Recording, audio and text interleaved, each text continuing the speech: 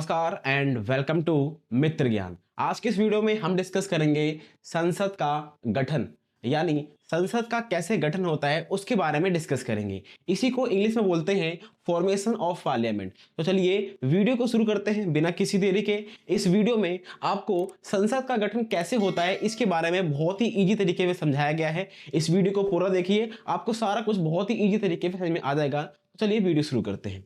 देखिए, जो हमारा संसद है जिसको इंग्लिश में पार्लियामेंट बोलते हैं, हमारे संविधान के अंदर कई सारे पार्ट दे रखे हैं, कई सारे क्या दे रखे हैं, भाग दे रखे हैं। उसके अंदर जो भाग 5 है उसी के अंदर पार्लियामेंट के बारे में लिखा गया है, यानी जो हमारा संसद है उसके बारे में भाग 5 में लिखा गया है। अगर हम अनुच्छेद की बात करते हैं, आर्टिकल्स की बात करते हैं, तो 79 से लेके 122 तक जो आर्टिकल्स हैं उसी के अंदर संसद के बारे में सारा कुछ जिक्र किया गया है। जैसे कि संसद का गठन कैसे होगा, इनकी संरचनाएं क्या होंगी, इनकी अवधियां क्या होंगी, अधिकारियों के बारे में, इनकी प्रक्रिया क्या होंगी, इनके विशेष अधिकार क्या है और शक्तियां क्या हैं, ये सारा कुछ हमारा अनुच्छेद 79 से लेके 122 के अंदर दिया गया है। जो भाग 5 में है, हम किसकी बात कर रहे हैं? हम बात कर रहे हैं अपने संसद की।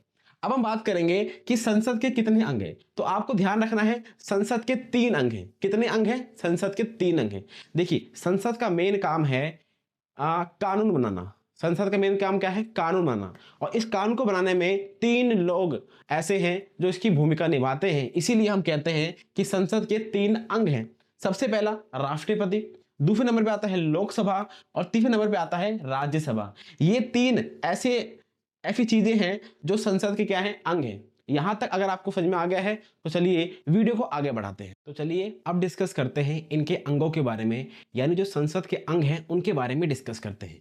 देखिए, यहां पर हमने आपको बताया कि संसद के 3 अंग हैं। पहला है राष्ट्रपति, दूसरा है लोकसभा और तीसरा है राज्यसभा। देखिए, होता क्या था कि 1954 से पहले, 1954 से पहले जो हमारा लोकसभा था इसको जनता का दल कहते थे और राज्यसभा को राज्य परिषद कहते थे। ठीक है, ये आपको ध्यान में रखना है। अब हुआ क्या कि 1954 में इन दोनों नामों को चेंज करके हमने क्या कर दिया? लोकसभा बना दिया और राज्यसभा बना दिया।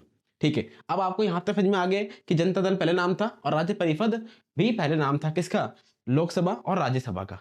अब हम बात करते हैं हमारे लोकसभा और राज्यसभा के बारे में। सबसे पहले बात करेंगे लोकसभा के बारे में। मान लेते हैं कि यहाँ पर लोकसभा है। ठीक है, देखिए, जो लोकसभा है इसी को हम बोलते हैं निचला सदन। लोकसभा को ही निचला सदन कहा जाता है। ठीक है, लोकसभा को ही पहला चैम्बर भी कहते हैं और लोकसभा को ही चर्चित सभा भी कहा जाता है। अब आपके मन में आ रहा होगा कि लोकसभा के अंदर लोग कहां से आते हैं? जो लोग होते हैं उनको हम बोलते हैं एमपी। एमपी का मतलब क्या है? Member of parliament. ठीक है, ये आपको ध्यान रखना है। जो भी राज्यसभा के अंदर होंगे और जो भी लोकसभा के अंदर होंगे उनको हम एमपी बोलते हैं, मेंबर ऑफ पार्लियामेंट बोलते हैं। जो लोकसभा के मेंबर होंगे, ठीक है, वो भारत के लोगों का प्रतिनिधित्व करते हैं, यानी डायरेक्ट कौन चुनता है? उनको जनता चुनती है। डायरेक्ट चुन के जो भी संसद के अंदर जाएगा वो लोकसभा के अंदर जाएगा, इसीलिए भारत के लोगों का ये प्रतिनिधित्व करते हैं। ये हमने बात कर ली किसकी? लोकसभा की बात कर ली। अब हम बात करेंगे हमारे राज्यसभा के बारे में। क्योंकि यहाँ पे निचला सदन था इसीलिए यहाँ पे ये उच्च सदन है। जो राज्यसभा है इसको हम क्या बोलते हैं? इसको हम बोलते हैं उच्च सदन। और राज्यसभा को ही हम दूसरा चैम्बर बोलते हैं, क्योंकि लोकसभा को पहला चैम्बर बोलते हैं तो ये दूसरा चैम्बर होगा। सिंपल सी बात है। तीसरे नंबर पे ये बड़ों की सभा है। ठीक है, ये किसकी सभा है? बड़ों की सभा। अब आपके मन में आ रहा होगा कि यहाँ पर भारत के लोगों का प्रतिनिधित्व हो रहा था कहाँ पर? लोकसभा में। तो राज्यसभा में जो एमपी आते हैं वो कहाँ से आते हैं? देखिए, होता यह है कि जितने भी हमारे भारत के अंदर राज्य हैं या फिर केंद्र शासित प्रदेश हैं, वहां से जो वहां की जो विधानसभाएं हैं ना, वो कुछ कुछ प्रतिनिधियों को कहाँ भेजती हैं? संसद के अंदर भेजती हैं और संसद में वो राज्यसभा के अंदर आते हैं, यानी वो राज्यों के प्रतिनिधि होते हैं। जो राज्यसभा के अंदर आपको एमपी देखने को मिलेंगे वो राज्यों के प्रतिनिधि होंगे, लेकिन जो लोकसभा के अंदर मेंबर होंगे, एमपी होंगे, वो भारत के लोगों का प्रतिनिधित्व करेंगे। ठीक है, ये आपको ध्यान रखना है।